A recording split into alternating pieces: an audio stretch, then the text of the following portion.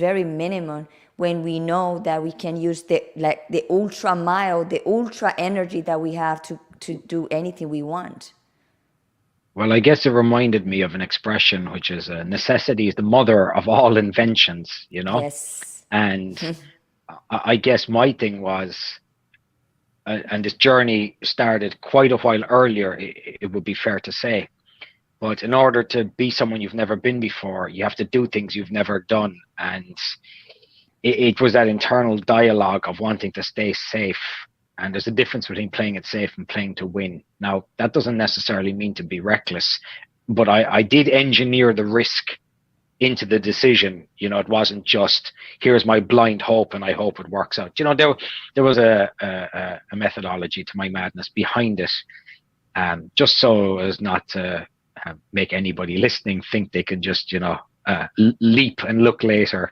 You know, there was a little bit of context and analyzing and assessing went into it, but nonetheless, looking back at it, I didn't realize what a pressure I put on myself, and I didn't realize, I guess, the full scope and magnitude of what I had just embarked on.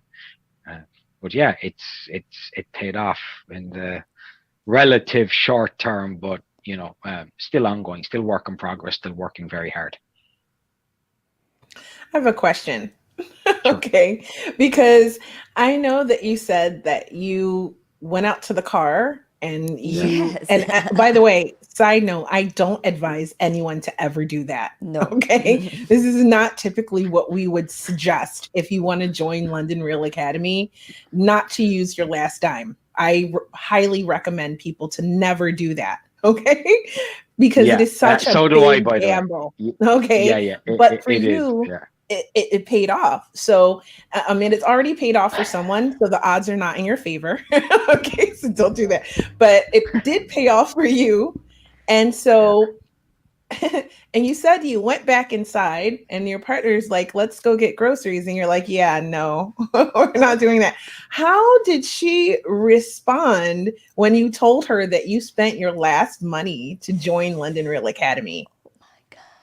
How'd you handle that? I can imagine that. Because as a woman, I want to know. Yeah. Look, I had made a couple of decisions at that stage. One, and I know this sounds very harsh and it's going to probably come across wrong, but I'm here in this world to make me happy, number one, and everybody else takes a ticket and goes second, third, fifth. It's me first, my son next, and everybody else goes after that. Now, it's not that I don't care about my partner, but I made it very clear when I was going over to assess the different options that were there, that my happiness wasn't externalized outside of me to be in a relationship to keep her happy so that I'm happy. You know, we have a very good dialogue and communication in the sense of she does her thing, I do my thing. And I think that's what made it work, you know. She looked at me and she goes, okay, you have to do this for yourself. It's either going to work or it's not.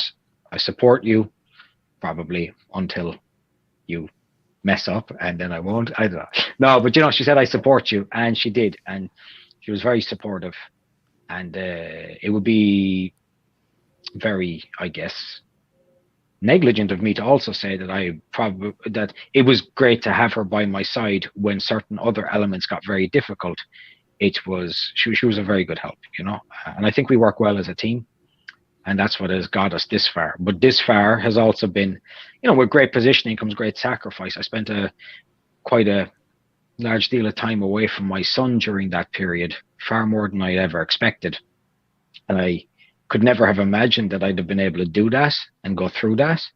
So again, it happened for a reason, and it taught me some things about my own inner strength to go through that and to develop as a person and develop that relationship with my partner to where it is now. And then that allowed for the trade-off, which is since August, I'm back in Ireland and she's still in Australia. And now we're doing the reverse around of the distance. And now we're going through that, you know. So I think had it not been for that unorthodox, highly unrecommended, weird, wacky gamble, and it going the way it went for us, we wouldn't have forged the relationship that we have now either, you know. So that's that kind of put the cherry on that, and here we are. Well, that's really sweet, actually, Yes. because it takes a person, either male or female, or masculine or feminine energy, to just go, okay, well, I trust your judgment, and I'm going to support that. You know. Yeah, yeah, and it was also, we did a lot of firsts for each other. You know, it would be fair to say, without diverting too much into relationships, but your relationships are often reflected in your mindset. And my mindset as a human being prior to my son being born, I was a very different person. Ergo, the relationships I was in then, you know, I've got an ex-wife and an ex-partner who's my son's mother, you know, I have more holes in me than Swiss cheese. But the relationships that I was in by default were that of a different mindset and a different pattern. So I think because we were both on that transformational journey, you could say, at the Yeah. right time, it allowed for us to build a completely different style of relationship than what we were used to. And I think when you're not in a relationship with the best foot forward, with an expectation to fill in the blanks of keeping someone else happy, it allows you to be you. And whether that's right or wrong becomes perhaps issue 50 down the list, but at least everybody knows where they stand.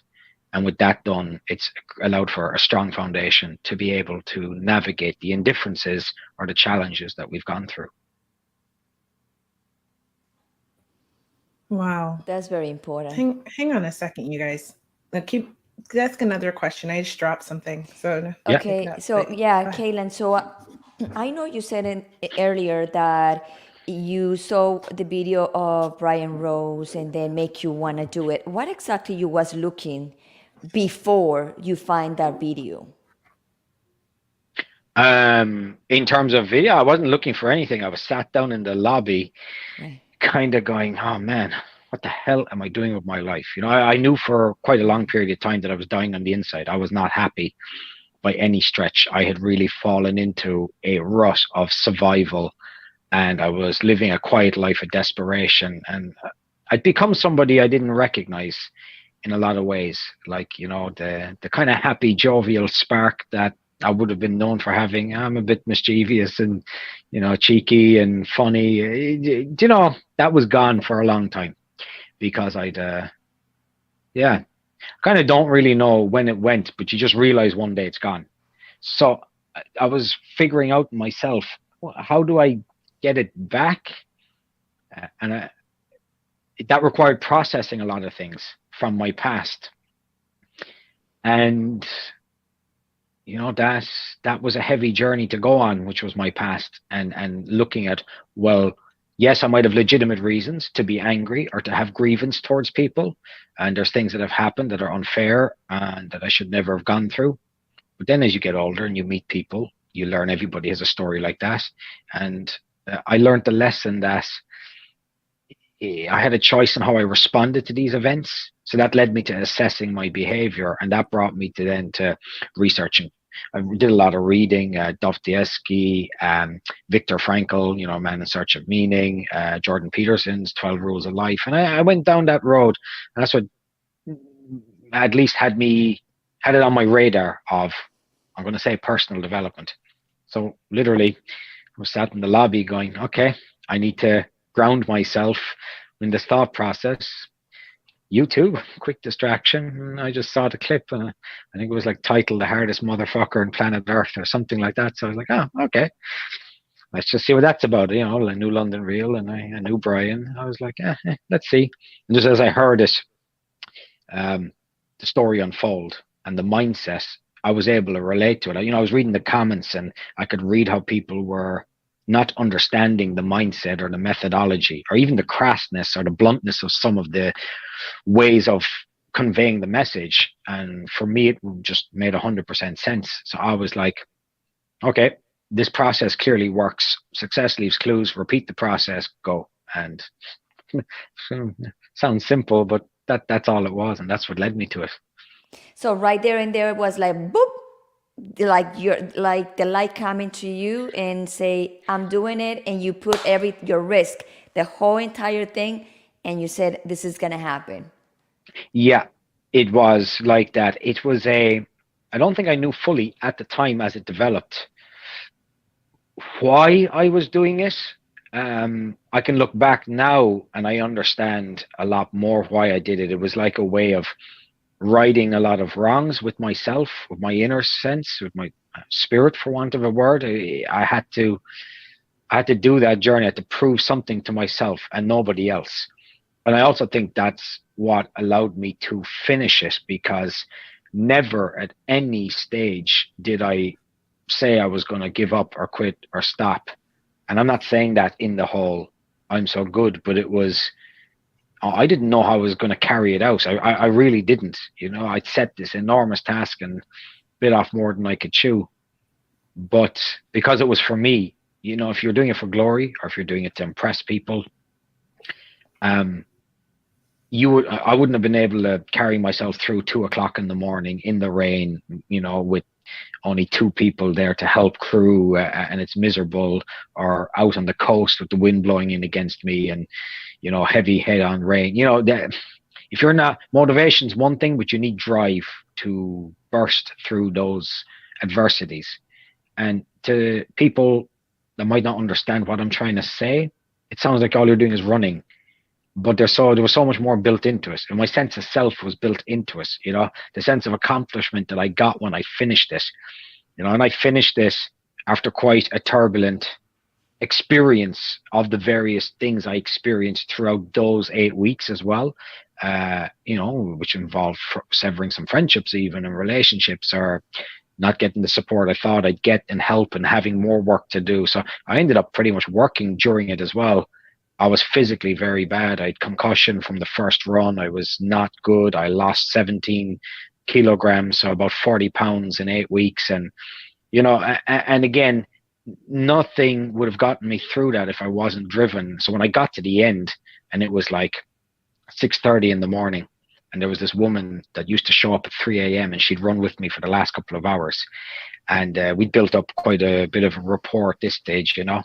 And yeah, even I caught up with her for a coffee about 3 weeks ago, and she asked me a question about why I stopped somewhere.